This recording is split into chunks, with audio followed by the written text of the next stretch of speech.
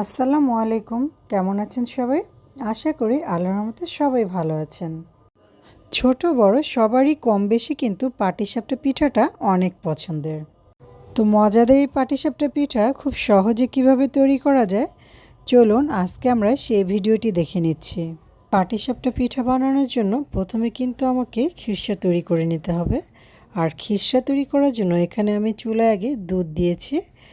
এটা আমি গুঁড়ো দুধ দিয়েছি। ৮ কাপ পানির মধ্যে ১ কাপ পরিমাণ গুঁড়ো দুধ দিয়েছি। এই দুধটা বলক ওঠার পর আমি এর মধ্যে বাকি উপকরণগুলো দিয়ে দিচ্ছি। দুধটা বলক আসারও আরও ৪-৫ মিনিট পরে আমি এখন এর মধ্যে দিয়ে দিচ্ছি ছোট সাদা এলাচ। এই এলাচের মুখটা কিন্তু একটু ছিঁড়ে দিতে হবে। আমি এখানে ২টো এলাচ দিব, আর আপনারা যদি চান তাহলে এলাচের গুঁড়োটাও কিন্তু ব্যবহার করতে পারেন। এখন আমি এর মধ্যে আরও দিয়ে দিচ্ছি 1/3 কাপ পরিমাণ চিনি। এখন আমি নেড়েচেড়ে ভালোভাবে চিনিটাকে মিক্সড করে নিচ্ছি। আর এভাবে আরও কিছুক্ষণ জাল করে দুধটা আরও কিছুটা কমিয়ে নিচ্ছি। আমি এখানে 1/4 কাপ চালের গুঁড়োর মধ্যে কিছুটা পানি দিয়ে একটু মিক্সড করে নিয়েছি। এখন আমি এটা আস্তে আস্তে অল্প অল্প করে দুধের মধ্যে দিয়ে দিব, এবং দেওয়ার পরে খুব ভালোভাবে কিন্তু নেড়ে দিতে হবে, তাছাড়া কিন্তু আবার দলা পেকে যাবে। এভাবেই সম্পূর্ণ চালের গুঁড়ার মিশ্রণটা আমি দুধের মধ্যে দিয়ে দিচ্ছি।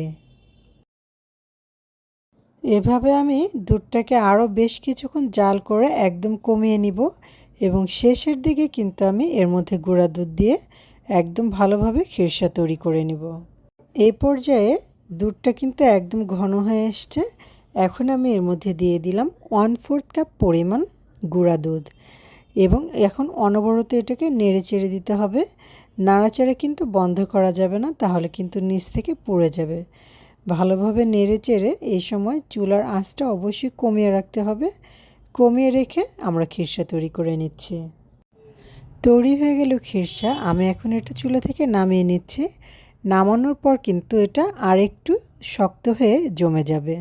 এখন একটা বাটিতে আমি 2 কাপ পরিমাণ শুকনা চালের গুঁড়া নিচ্ছি। আপনারা চাইলে এখানে ভেজা চালের গুঁড়াটাও কিন্তু ব্যবহার করতে পারেন। দিয়ে দিচ্ছি 2 টেবিল চামচ পরিমাণ গুঁড়া দুধ। গুঁড়া দুধটা কিন্তু চাইলে আপনি দিতেও পারেন, আবার যদি না চান তাহলে স্কিপও করতে পারেন। দিয়ে দিচ্ছি আধা কাপ পরিমাণ ময়দা। চিনি দিয়ে দিচ্ছি আধা কাপের চেয়ে কিছুটা কম। সামান্য পরিমাণ দিয়ে দিলাম লবণ। এখন এই শুকনো সবগুলো উপকরণকে আমি খুব ভালোভাবে নেড়েচেড়ে মিক্সড করে নিচ্ছি। মিক্সড করা নেওয়া হয়ে গেলে এখন আমি এর মধ্যে দিয়ে দিব নর্মাল তাপমাত্রার পানি। এখানে আমি প্রথমে 1 কাপ পানি নিয়েছি, এবং অল্প অল্প করে পানিটা নিয়ে ভালোভাবে মিক্সড করতে হবে। একবারেই কিন্তু বেশি পানি দেওয়া যাবে না, এতে করে বেশি পাতলা হয়ে যেতে পারে। এজন্য আমরা অল্প অল্প করে পানি দিব এবং নেড়েচেড়ে ভালোভাবে মিক্সড করে নিব। এখানে পানি লেগেছে আমার টোটাল 3 কাপ পরিমাণ। আমি এটার ঘনত্বটা দেখিয়ে দিচ্ছি। দেখুন, পাটিসাপটা পিঠা বানানোর জন্য কিন্তু খুব বেশি ঘন করতে হয় না, মিশ্রণটা কিন্তু মোটামুটি পাতলাই থাকবে। তো এখন আমরা চলুন পিঠাটা ভেজে নিচ্ছি। চুলায় আমি একটা ফ্রাই প্যান দিয়েছি। ফ্রাই প্যানটা কিছুটা গরম হয়ে আসলে এর মধ্যে আমি ব্রাশের সাথে একটু হালকা করে তেল ব্রাশ করে নিলাম। তেলটা ব্রাশ করা হয়ে গেলে ফ্রাই প্যানটা আমি একটা টিস্যু দিয়ে পরিষ্কার করে নিচ্ছি। আপনাদের হাতের কাছে যদি পরিষ্কার কোনো কাপড় থাকে তাহলে সেই কাপড়টি দিয়ে ফ্রাই প্যানটি পরিষ্কার করে নেবেন, এতে করে পিঠা ভাজাটা খুব ভালো হবে। আর আজকে আমি আপনাদের দুইভাবে পিঠা ভেজে দেখাবো। একটা হচ্ছে কিভাবে ভাজলে পিঠাটা ছিদ্র ছিদ্র হবে, এবং আর একটা পদ্ধতি হচ্ছে পিঠাটা কিভাবে মসৃণ করে ভাজা যায়। আমি এই মিশ্রণটা মেজারমেন্ট কাপ দিয়ে দিচ্ছি। আপনারা চাইলে গোল চামচ দিয়েও কিন্তু একটা দিতে পারেন। মিশ্রণটা কড়াইয়ের মধ্যে দেওয়া হয়ে গেলে এটা একটু চারপাশ দিয়ে ঘুরিয়ে দিতে হবে, যেন পিঠাটা পাতলা এবং সুন্দর গোল হয়ে আসে। এক সময় আমি চুলার আঁচটা কিন্তু মিডিয়াম রেখেছি, খুব বেশি লো করিনি। আর রুটিটা যখন সিদ্ধ হয়ে আসবে তখন তো দেখে বুঝতেই পারবেন কালারটা চেঞ্জ হয়ে আসবে। যখন কালারটা চেঞ্জ হয়ে রুটিটা সিদ্ধ হয়ে আসবে তখন আমরা এর মধ্যে খিরসা দিয়ে দিব। রুটির চারপাশটা কিন্তু সিদ্ধ হয়ে গিয়েছে, কালারটা দেখে নিশ্চয়ই বুঝতে পারছেন। এখন আমি এর মধ্যে দিয়ে দিচ্ছি খিরসা।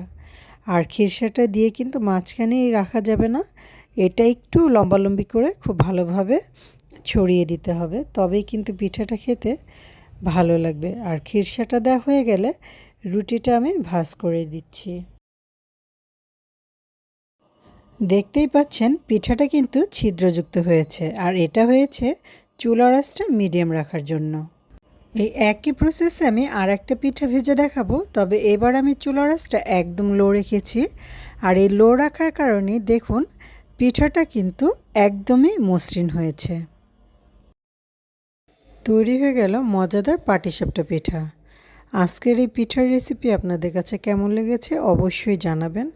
যদি ভালো লেগে থাকে আমার চ্যানেলকে সাবস্ক্রাইব করে আমার চ্যানেলের পাশেই থাকবেন।